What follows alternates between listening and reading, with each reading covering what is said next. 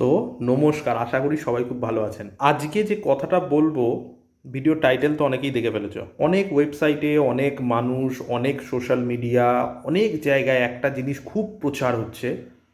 আমাদের mobile data যে আমরা ইউজ করব তার ওপর প্রত্যেক জিবিতে এত টাকার একটা ট্যাক্স চলে আসবে।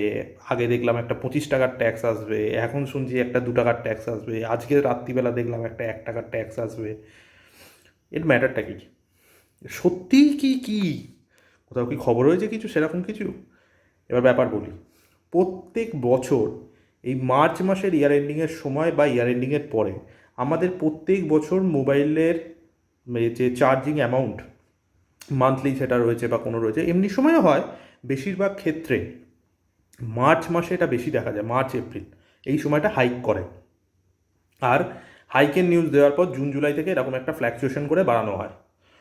তো এই যে খবরটা শোনানো হচ্ছে সমস্ত ফেসবুক মাধ্যমে বা অনেক জায়গায় দেখছি আমি প্রচার চলছে যে প্রত্যেক জিবিতে একটা ডেটার চার্জ কাটবে বা কিছু, সত্যি কথা বলতে এই রকম কোনো রিপোর্ট কোথাও নেই।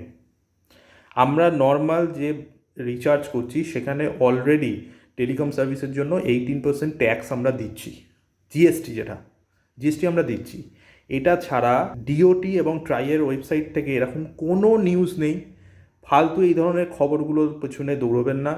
আমাকে অনেকে আজকে সকালবেলা মেসেজ করছিল, দাদা এরকম একটা কি ব্যাপার শুনছি, এটা কি সত্যি? একদমই নয়, এরকম কোনো কিছুই আসতে চলছে না। এটা শুধুমাত্র ফেক নিউজ।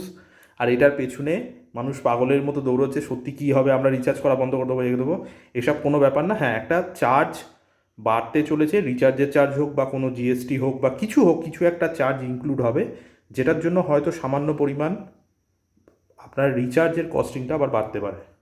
এটা একটা খবর অনেক আগেই এসেছিল, কিন্তু এখনও অফিসিয়ালভাবে কিছু অ্যানাউন্সমেন্ট হয়নি। তো অফিসিয়ালভাবে যতক্ষণ না কিছু অ্যানাউন্সমেন্ট হচ্ছে ততক্ষণ এইসব গুজবের মধ্যে কেউ কান দেবেন না।